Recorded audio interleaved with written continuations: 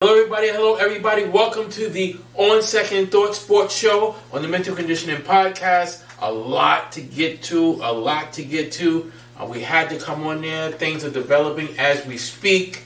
Just so much to get to, so much that we're not going to even get to everything. But we got to get to what we can get to just to be able to put our input and things of that nature out there. So we're not going to waste time. We're going to get right into it. I'm Elliot. Isaiah. All right. So, you know what? I mean, there's just so much to get to. It's just what's the order of operation? Let's back up a little bit and then bring it as currently as possible. So let's start at the bottom and then we'll go to the top. Let's start with OKC and the Minnesota Timberwolves. We didn't get a chance to kind of finish off that series. Your thoughts on that series? Minnesota was, my second team. I'm a big Anthony Edwards guy. Unfortunately, it didn't go well for us. But your thoughts on the series itself?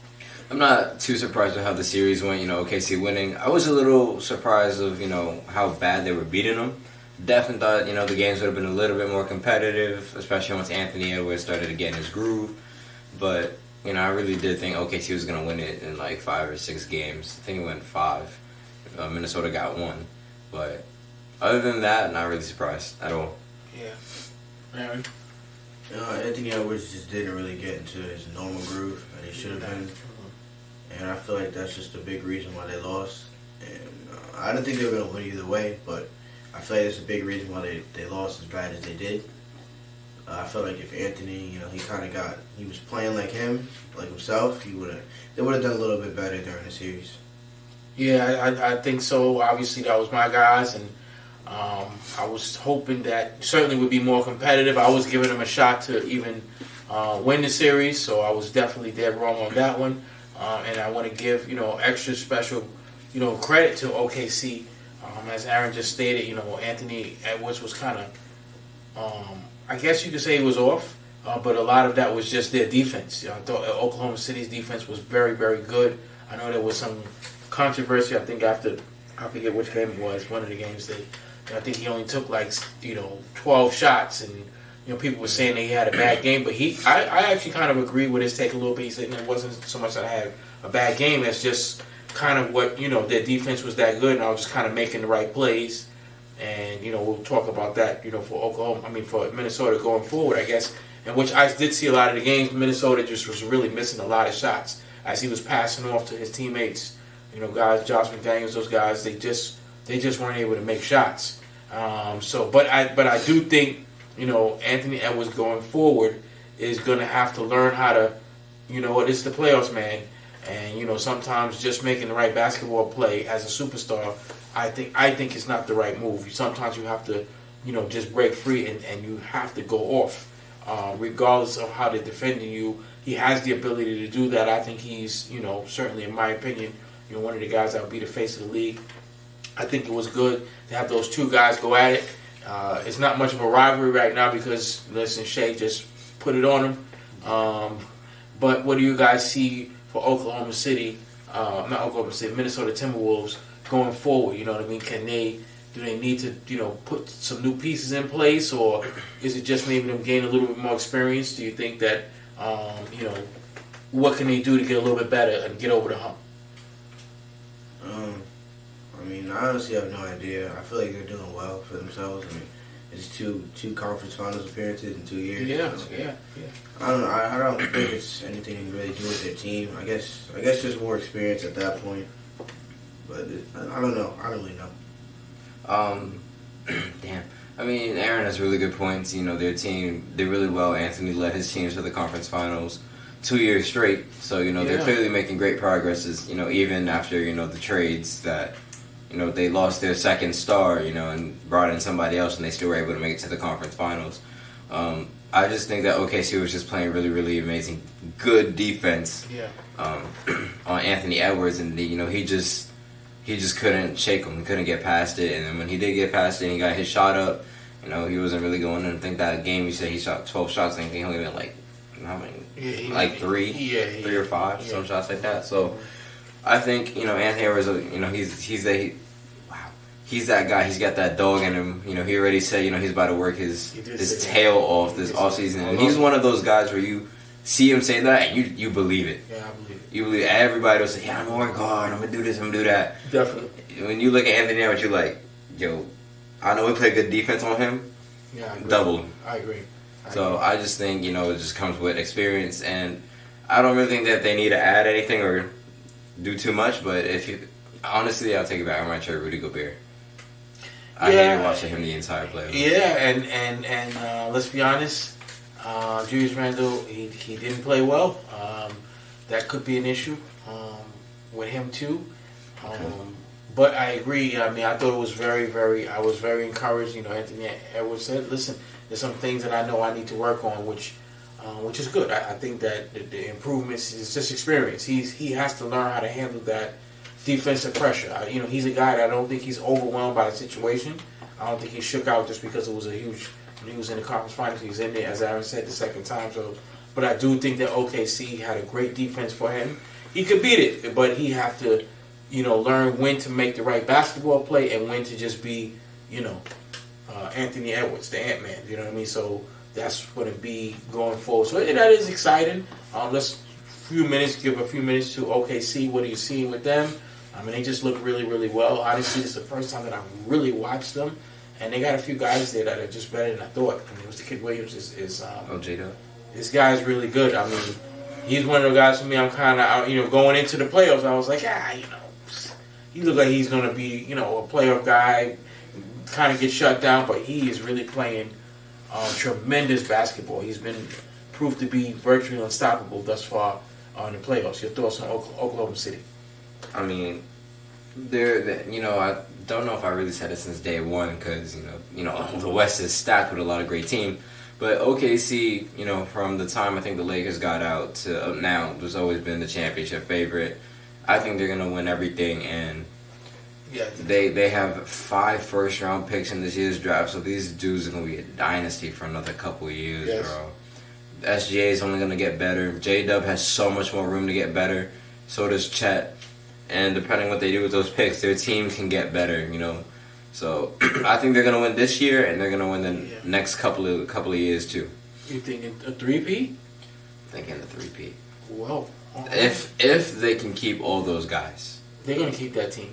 We'll see what happens. Money might be a problem. J-Dub's a rising star. He's going to start asking for money, and Shay's going to ask for a lot of money too.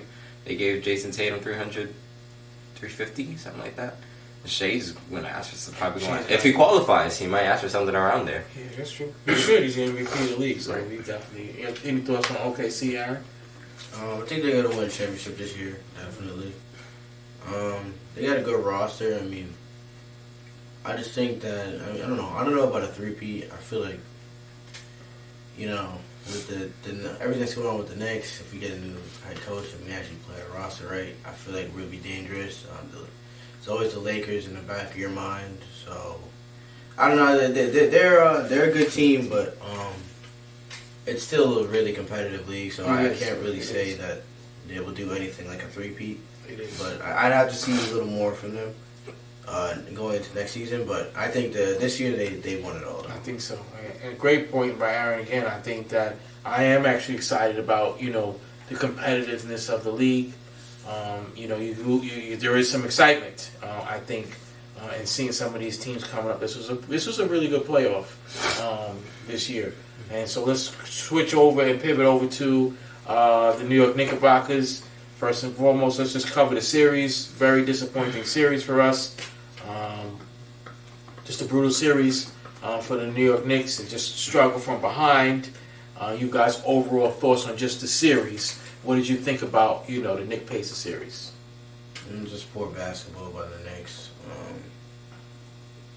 It's just everything we've been doing the whole playoffs. It's just you actually versus a good team who can shoot the ball, get the lead on you, and just not lose it or gain or come back from any deficit. And it just didn't work in our favor the way we were playing basketball. So, yeah. Isaiah? Coming off of the Celtics series, I had the most confidence, going, to face the Pacers. But, what killed us, and I always say it, what killed us this playoffs was just defense. In every round, the Pistons, the Celtics, the Pacers defense really just killed us. Karl Anthony Towns is lazy. Mikal Bridges, I've honestly never seen Mikal Bridges play that awful of defense. But, he came up big in the fourth quarter, so a lot of these games, so, he really helped us out. But, when we needed him most, he disappeared. Jalen Brunson didn't play good in the Game 6 against Indiana. OG came alive in one game in that Patriots series, and that was the last game. But, it wasn't enough. We couldn't stop Tyrese Halliburton. And for some reason, we just had nobody to guard Pascal Siakam. Nobody that we could put on Pascal would have guarded him. Mitch can't guard him. Cat is too lazy. He gave OG 40. He's good, man. Cal is too skinny, and we're not putting Brunson on. We really just had no answer to the teams. If you doubled him, everyone in their team can shoot. They're going to shoot the lights out. Mr. Mark really just right on the money with them saying they're going to shoot your lights out. And that's what they've been doing. Yeah. And in this league, that's how you win games. Yeah. I still think they're going to lose to OKC. Well, there's in my opinion, I'm no not question about that. But look, you got to give Siakam credit, man. The guy, he can play. He won the MVP. He can play. Yeah, he won the MVP.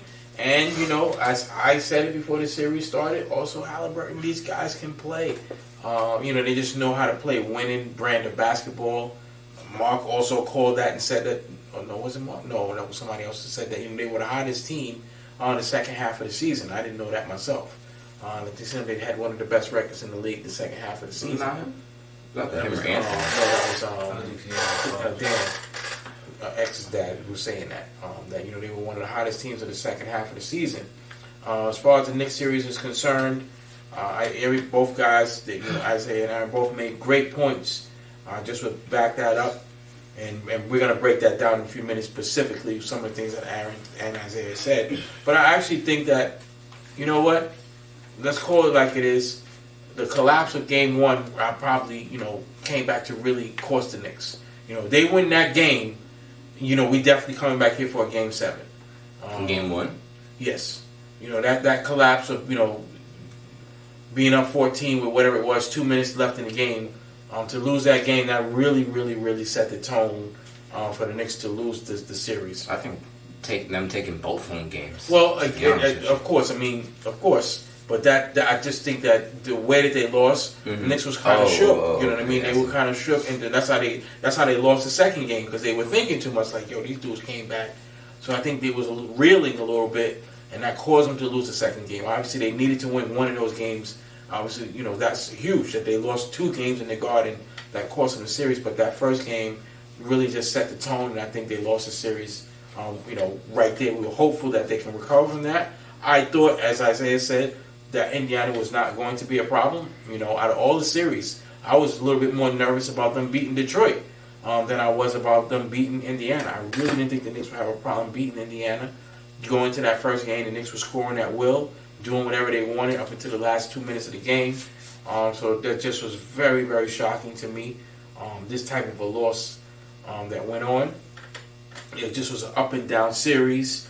And then multiple changes, and I think this is where we're going to slow down a little bit and kind of talk about this, because this is going to lead up to what happened today, which was Coach Thibodeau being relieved of his duties. Again, Mark, he's not here, but we have to shout out to him. He's been on the money with the things he's been on the money with. The things he's been wrong with, but he called for Coach Thibodeau's firing, last month, and he got fired today. But I think it begs us to first and foremost take a look at, as we look at the series, you mentioned, Karl Anthony Towns looking lazy on the defensive end. The Knicks defense being poor.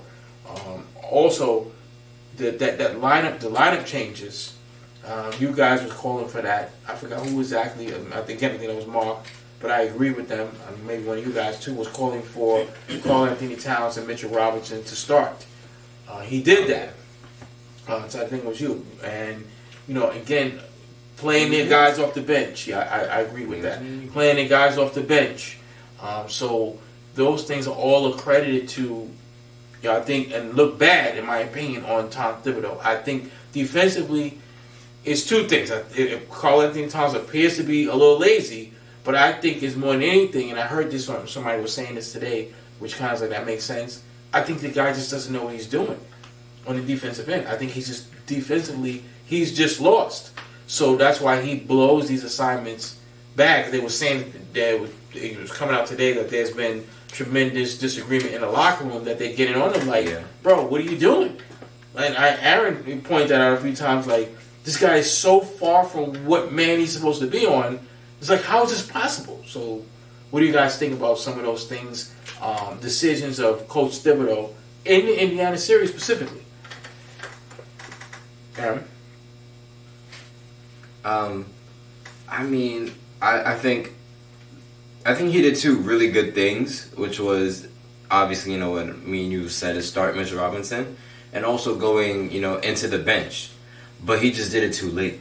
These guys haven't played all season long, and you just throw them in the conference finals, and it's like, come on, you got it. Like, nah, these guys don't really, they haven't played all year, or not, I won't say all year. They probably played in some garbage time. They haven't played good minutes in a really long time now. Everybody's getting rotational 15, 11 minutes a game, and they came up the whole playoffs. I don't think they played even in garbage time. I don't think they really played.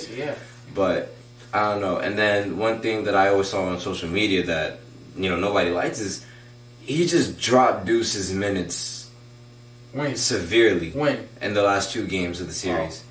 Like Deuce, DeLon Wright, and a couple. I think Landry Shamet.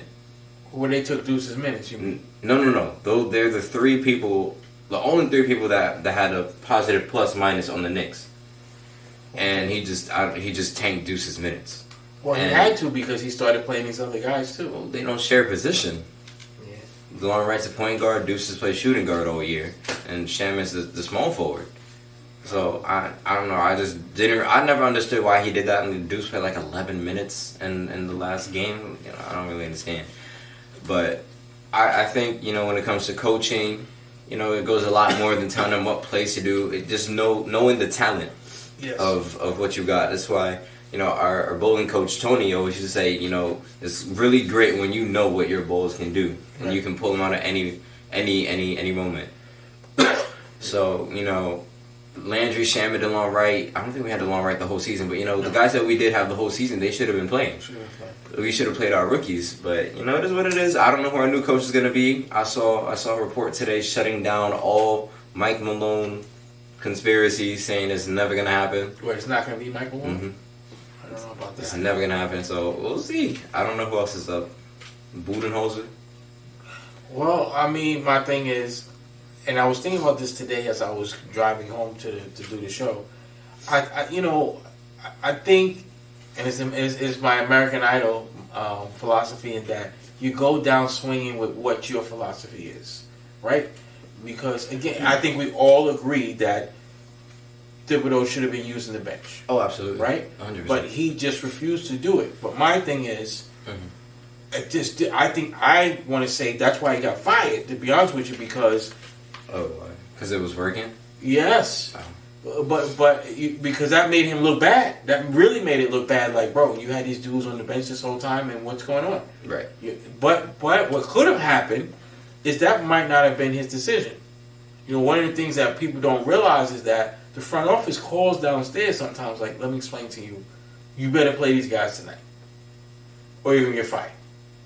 So I'm thinking maybe he was told to do that, because I'm thinking like, well, why would you wait? I mean, that's kind of crazy to me. Like, people, they didn't just start telling, whining about Tom Thibodeau not playing the bench. This has been going on all season. We've had guys go down whenever anybody gets hurt. They're like, oh, they hurt because they playing too much. So this is nothing new. Why would he now? This is the playoffs, do or die. We're gonna go home, and you decide to put these guys in. It looked weird. So and then actually the guys didn't hurt. That game 5. When the Knicks won, those guys actually played a huge role in that game. You know what I mean? The bench came in and did extremely well. So I really think that contributed heavily to Tom Thibodeau's firing. I do. And also, the offense itself. Let's get into that. What do you guys think about the offense itself that Tom Thibodeau is running? Obviously, being ball dominant for Jalen Brunson. Is that something that you guys would like to see change? You know what I mean? Or do you blame Thibodeau for running that type of offense, or certainly not stepping in and taking the ball out of Jalen Brunson's hand? I mean, at the end of the day, Jalen Brunson is the superstar of the team. Yeah. He's the first option. He's the one even bringing up the ball. It's his position. But I think, you should at least, start moving the ball around a little bit more. Like, sure, if he wants to do what he does, he makes them, which actually matters. He makes them. Yes. But I'm just saying, just try not to do it on, every single play coming down the stretch. Cause like that's really how we start to lose games. People get out of their rhythm. Yes. And it's just a problem for the team. And I don't think Jalen Brunson is means to be selfish by it. Yes. But it just causes too much problems. Yes.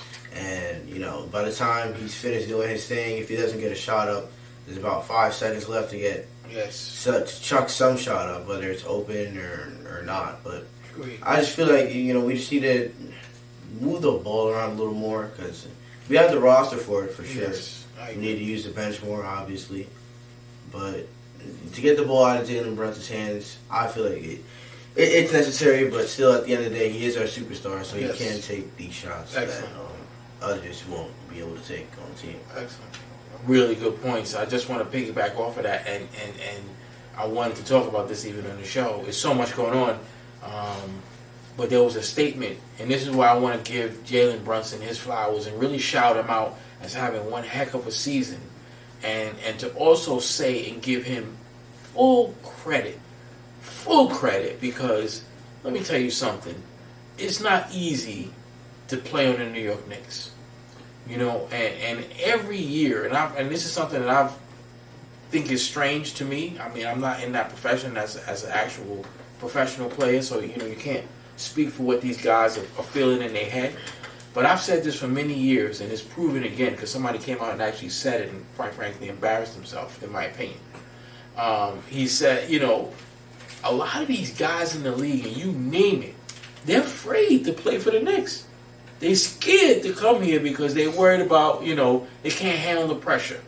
And I give Jalen Brunson full credit because he came here, and I'm sure he hears all that noise of us, the fans, and media outlets saying, yo, dude, pass the ball. But he went out on his shield, and he put that team on his back. I'm in full agreement with Aaron. I do think that, they need to structure the offense a little bit better to, for the betterment of the team. He's not doing it to hurt the team. He's really believed that, this is what's going to help him win. And they won a heck of a lot of games. The guy got named, what he got, the award he got? Clutch Player of the Year. For God's sake, the guy got Clutch Player of the Year. So give him full credit. And again, give him full credit to coming to the New York Knicks. Right. And sticking to his game and saying, yo, I'm going to shoot this thing. And the play I'm talking about is Julius Randle. He had an article where he was whining about, he's playing in New York is no fun because, the media is too hard to play there. Ant-Man said the same thing, though. Again, that's what I'm telling you. Guys that are absolute superstars. I believe Kevin Durant didn't, and he came out, I think it was this week or last week, saying that, my family was dying for me to play for the New York Knicks. He said it. He's like, my family was like, yo, come on, go to the Knicks. And he goes to, Brooklyn. Because he could, let's be honest, all of these guys are scared to put on the New York Knicks jersey.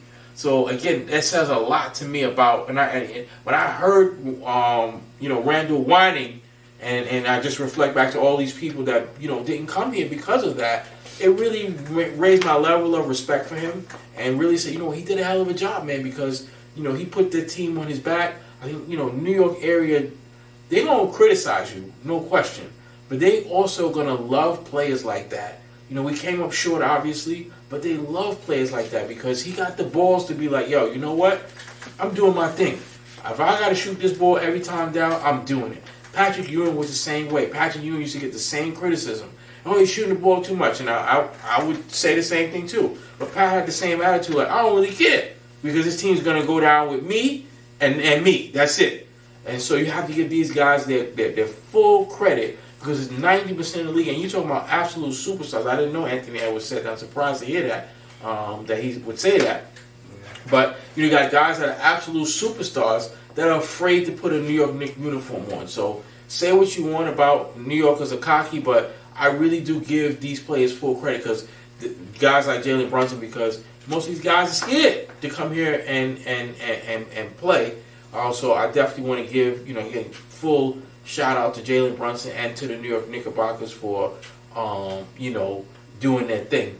What are we thinking in terms of, coaches? Do you think, but you're saying Mike Malone is I just heard a report it was shutting down all Mike Malone rumors. Mm-hmm. All right, whatever. But, whoever our new coach is, what would you like to see him change that Tom Thibodeau did? Great question. I think what we need is the offense needs to be corrected. Jalen Brunson is he got the clutch player of the year, and like Aaron said, or Isaiah said, he's making these shots. It's just that, like Aaron's saying, when unfortunately in Indiana, I think that was their strategy. They knew like this guy is going to be tough, but he's human. He can't be 1 against 5. So we're going to spread the wealth around. We'll spread the wealth around. Guys like Halliburton coast most of the game, and then he take over, in the fourth quarter. And at that point, Jalen, he have to be tight. He's human. He's been taking all those shots. So they have to figure out, and Aaron also said that, it's not like the Knicks don't have the staff for that. They got a good players on that ball club. And I'll tell you this much, and that's why I am happy that I'm sorry they fired Thibodeau. And I've asked you guys the same question. Like, if he stayed, I wouldn't have been like, oh my God, that's a bad move. But at the same time, I'm not like, oh man, it's a terrible move that he got fired. But I'm just glad that they did it right away because they need for the coach to come in here. And whoever the new coach is, he needs to have a conversation with the team and tell those guys, this is what you need to work on specifically. I think, to me, those guys should kind of know, like, if I'm Mikal Bridges, if you watch the Knicks games, it's clear what he needs to work on. He's a guy that they don't really double team him because you can't. You got Karl Anthony Towns, you got Jalen Brunson, so he get a lot of one-on-one coverage, but he got to make them shots. Yeah. Aaron B.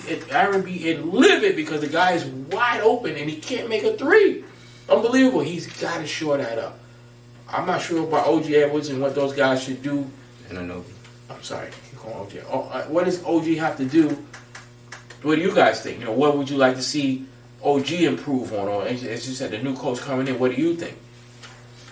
I just feel like OG just needs to stay consistent with his performances. Cause, one night he'll go for 6 points, other night he'll go for maybe 20 plus. Right. That can't happen. Because you're actually a major part of the team. And you're dropping 6 points. Like, obviously, we're going to lose a game when, a big part of our team is dropping 6 points when we need you to drop at least 18 plus. Yes. On a decent night for you, to be able to get a win against these, big competitive teams. Like, we didn't do well during the season during all the competitive teams. So I just feel like we really need to focus on. I don't know, just like as a whole, as a team. I hope he changes, all the defensive schemes that we were running with, because we do have a really good defensive roster if you look at it on paper. Yeah. And I don't know what I want for offense yet, but hopefully it will be different from what we saw this playoff. It has to be. It just has to be. I mean. Again, Aaron's really making excellent points today. I think, again, from the defensive end, I actually agree with what, I don't know where this is coming from, but I want to say it's accurate. Karl Anthony Towns just is lost. His IQ is he's lost. Like I said, Aaron, again, has been all over that. He'll rewind the DVRs we're watching, like, where was this dude going? Like, his man will be like, one side of the court, and he's running the other way. I just think that's not even laziness. That's just he doesn't have a clue as to what he should be doing. So I think for him, he really needs to sit down and watch tapes and improve on, like, learn how to play defense. That's critical. Isaiah, what do you think about this? Is another name that's coming up. A lot of people are, and I'm on the fence with this. I'm kind of leaning towards the positive with it, but Josh Hart. What do you think about that? Some people are pissed and they're saying to trade him. And certainly some people are saying that he certainly should not be starting. Absolutely. So what are your thoughts on Josh Hart going into next season? Trading Josh Hart would be a mistake. Everybody says he's the heart and soul of the city. And, it's true. When it comes down down to the games, he's the one on the fast break, getting the and ones. He's the one hustling for rebounds.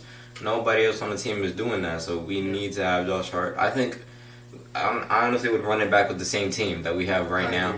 I just think, everybody should, like you said, have their assignments to work on in the offseason. I would like to see, like Aaron said too, I'd like to see OG be more consistent. OG mid-season was very upset that he wasn't getting the ball. So when we did give him the ball, he proved, this dude can really get like 20 points. Jalen went down. He could really get like 15, 16 a night if we, really kept giving it to him. But you ever see him shoot the three-pointer? He just looks so uncomfortable. It goes in, don't get me wrong, but he just looks so uncomfortable when he shoots it. I would love for him to get better at that. I would love for a cat to learn how to play some defense. Love for Mikal Bridges to work on his scoring ability, which I'm sure he'll never, ever hear again because, he's a phenomenal scorer, but I would also like him to play some defense. And then I just want, the coach, Aaron said, to change the defensive schemes, and I want him to actually implement an offensive plan.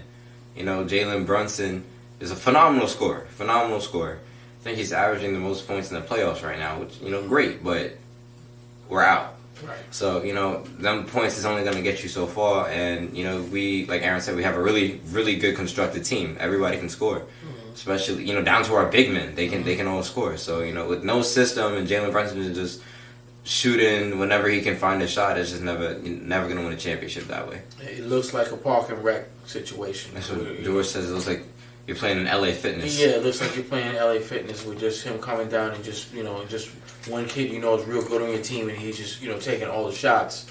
So I definitely 100% agree with that they just have to kind of figure that out. But it's a little tricky because, as you said, great point. When Jalen went down, OG really took the offense over. He played very well. How do you incorporate that now? Into with Brunson being back, is he that much of a reliable scorer? I think that's how Brunson feels like, OG's good, but I'm not going to front like I'm more of a reliable scorer. I think that's why he takes the shots, I'm thinking. Josh Hart, I think Josh Hart can end up being a not quite the same, but kind of like a Draymond Green type of guy. As crazy as Draymond is, I'm not going to front. Golden State doesn't win championships without him. And Josh Hart can have that same type of impact. Hustle guy, glue guy, gets everybody up and going. So I definitely agree with you there. I just hope that, again, I don't know. You guys watched a lot of Mikal Bridges when he was in Brooklyn. Mm-hmm. And, you said he was much better scorer. So I'm not really sure what the problem is. But sometimes it's just rhythm. When you have a guy, and I'm not criticizing Brunson, it is what it is. That's the way the offense was. When you have a guy that is holding the ball that much, it's just really hard to get into a rhythm, with your game. And so I think, they just have to try to figure out more of an equal opportunity type of offense. So let's talk a little bit about, you guys kind of mentioned it, Aaron, I think, said it, and I'm with him. I'm down to run it back. I don't feel like any changes should be made to the roster. However, there are some thoughts out there that, and I don't like his game either, but I guess there's some thoughts about Giannis, wanting to come to the New York Knickerbockers. Give a cat and a couple picks. That's all they need. Do you guys do that trade? 100%. Aaron? Nah. Yeah, I'm going to wear Aaron on that one. I'm not doing that trade either. What? Yeah, I don't think so. I'm just Y'all not don't want Giannis on your team? It's not just that. It's just like the chemistry is kind of perfect on the team already. I feel that way. I feel like we beat Boston, so just add another year to this roster. Chemistry is also a factor too. I feel that way too. I feel like if we add another year on this roster, I feel like we'll go further than what we would do with Giannis. I feel that way too, because that's the thing you got to remember. Like, Aaron hit it right in the head. Chemistry is important, and already you got rid of the coach, so that's a major problem. I just think that championships, in order to win championship, it takes time, and it takes time of guys, coaches, philosophies. You have to do it, and so if Milwaukee, you're a GM, Milwaukee knocked on your door and said, "I'm gonna give you Giannis, give me back Cat. Let's trade our big men." You're gonna sit there and look at whoever the coach is and say no. No, I'm not gonna do that. Of course, if it's an even swap, of course, I'm saying you have to do that deal. Giannis is a clear-cut Hall of Famer. So yeah, I'm going to do that. But what if? But that's not going to be realistically. It's not going to be the case. Right, that's what I'm going to say. But what if it's more? Yeah, It's for Giannis and like Deuce. Right, like, you doing that? 2 other players and picks. Good. You doing it? Yeah. Not Deuce. I'm not trading Deuce, but Cat and some picks. Go on. No, it's not It's going going to to be just Cat. one player. Right, it's going to be Cat, another major player there. You know, maybe OG or something like that. I'm not gonna. I'll give you Macau. And I'll give Macau just because me and George were talking about it.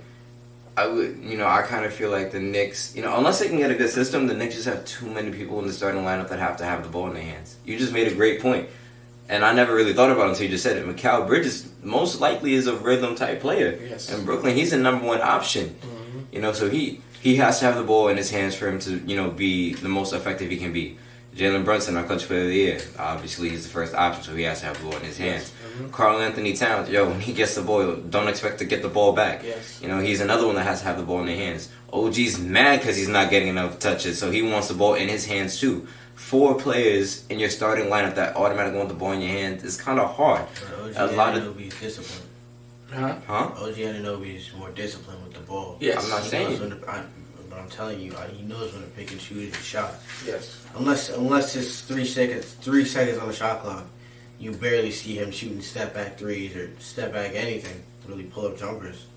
So I feel like he's more disciplined with the ball. Carl is just, if he was in the paint, he'd get the ball more, but he's always at the 3-point line, so he didn't really be getting the ball that much. But then the question is, are we losing OG? No. Wait, what do you mean? Meaning that Aaron is correct that OG, he stays within the system and he won't buck the system in terms of he's going to give that ball up. He don't really be like, all right, he has discipline. But are we losing? Are we getting the most out of him because of his demeanor of just being like, all right, I'm going to stay within the offense? You know what I mean? That's the question. Can he give us more? Are we losing a lot? Which I think is possible. I don't know the answer. We can only go off of the sample that we saw when Jalen Brunson was down. He actually played better than I thought he could play. The guy was averaging 20 points a game. So when he comes back now, he's unable to do that. That's a problem. You know what I mean? We're losing something there. Mikal Bridges, we're not getting the maximum out of those guys. I blame them though. They have to know that. You know what I mean? They have to know okay, on this team, I'm not going to be getting the ball, I'm not going to be getting the touches that I got when I was in Brooklyn and whatever the case. He has to know that. So now he's got to adjust his game and be like, well, how do I make sure I'm still... Because Mikal Bridges should be averaging, I think, at least 16 points a game. I think he was averaging somewhere around there. He should be averaging consistently. He should averaging 20. Oh, close to 20. So I agree with that. I agree. I just feel like there's times in the game where... And he had let's be honest, he had an awful Indiana series. Mm-hmm. He didn't play well at all in that series. You kept expecting him to have a good game. You can't get mad at him because he's probably the reason why we beat the Boston Celtics. He was sensational in those fourth quarters against the Celtics. But he just couldn't get anything going for himself at all in the Indiana series for whatever reason.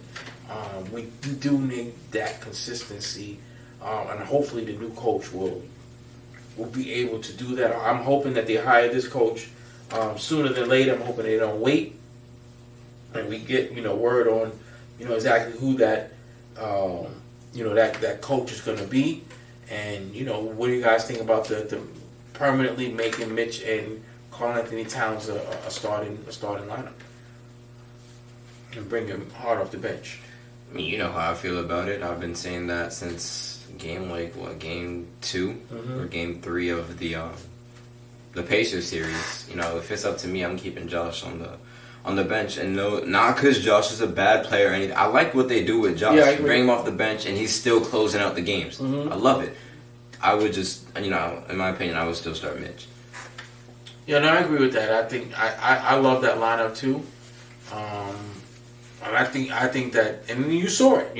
When Josh Hart came off the bench, he's a guy that even though he's coming off the bench, he's going to play major minutes. He's probably going to finish the game. Let's be honest. Freaking Karl Anthony Towns, the guy's always in foul trouble, so it's not really a problem.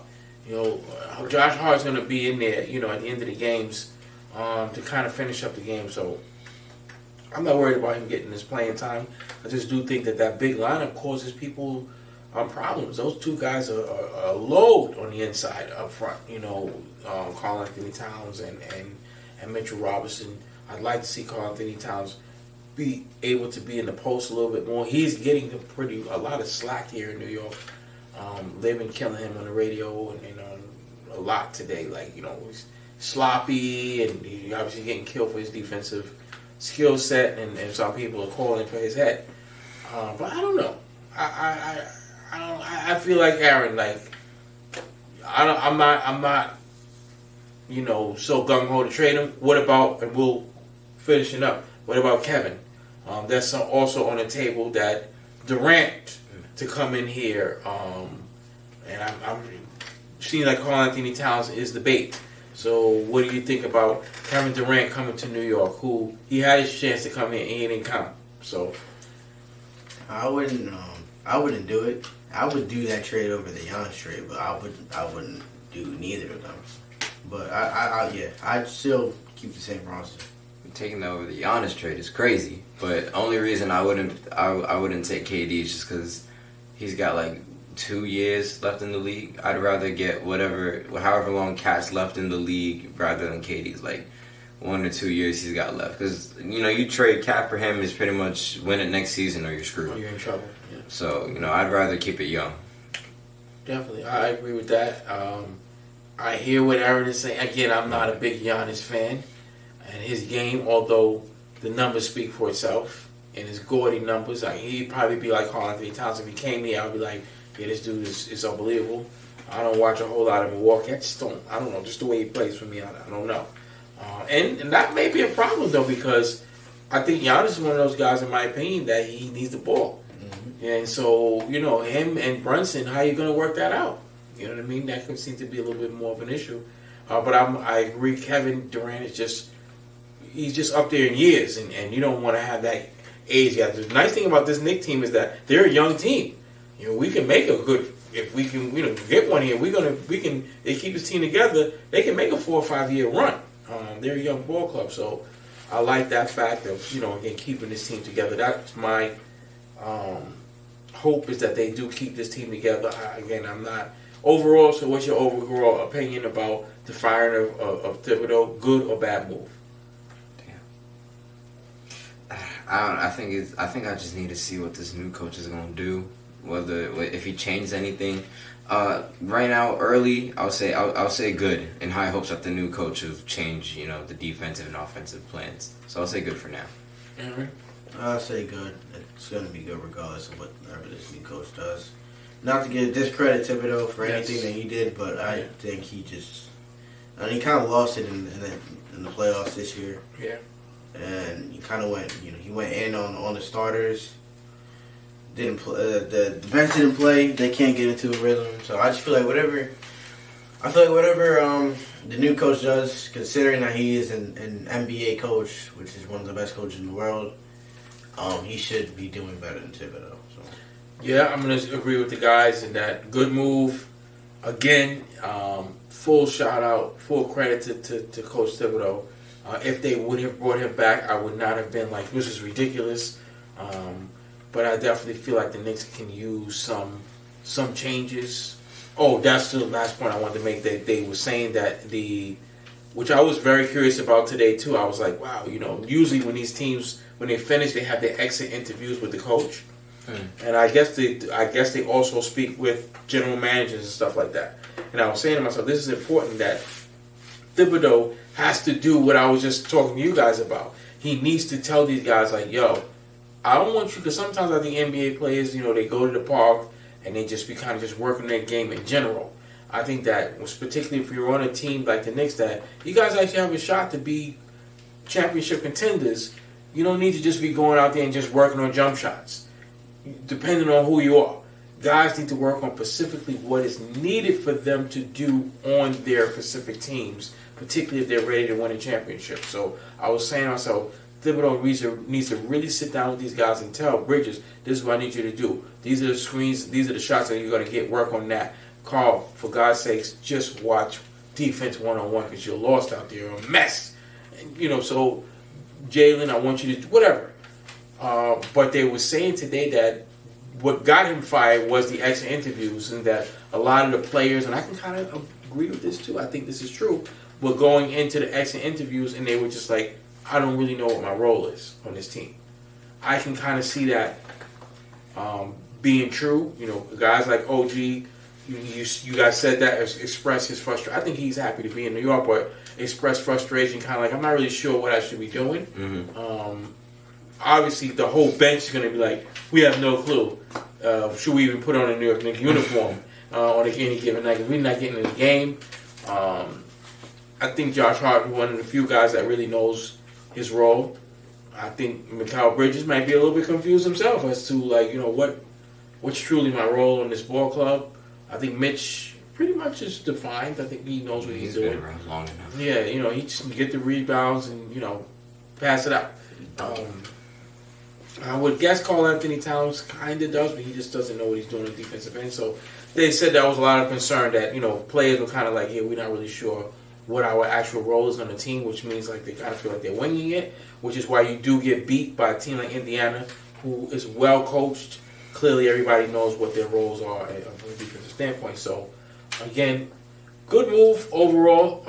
That, unfortunately, you know, for Tom Thibodeau, again, I give him all respect. I liked him a lot. Hopefully they bring in a good coach. I do like the Malone, Coach Malone. He did coach the Joker. And so people were kind of saying, you know, he can bring some of the same flavor to Karl Anthony Towns. I don't know. Mark Jackson is on the table. His name always comes up, and you know he's really the architect of the Golden State Warriors. We do not have a team that mimics the Golden State Warriors, but you know, I don't know. It's a lot of interesting names out there. Let's see what happens. I think the Knicks definitely need to get this coach in there ASAP. So we wanted to get on and make sure we covered that. So we definitely covered that. Isaiah? Like and subscribe. That's it? Yeah. Like and subscribe.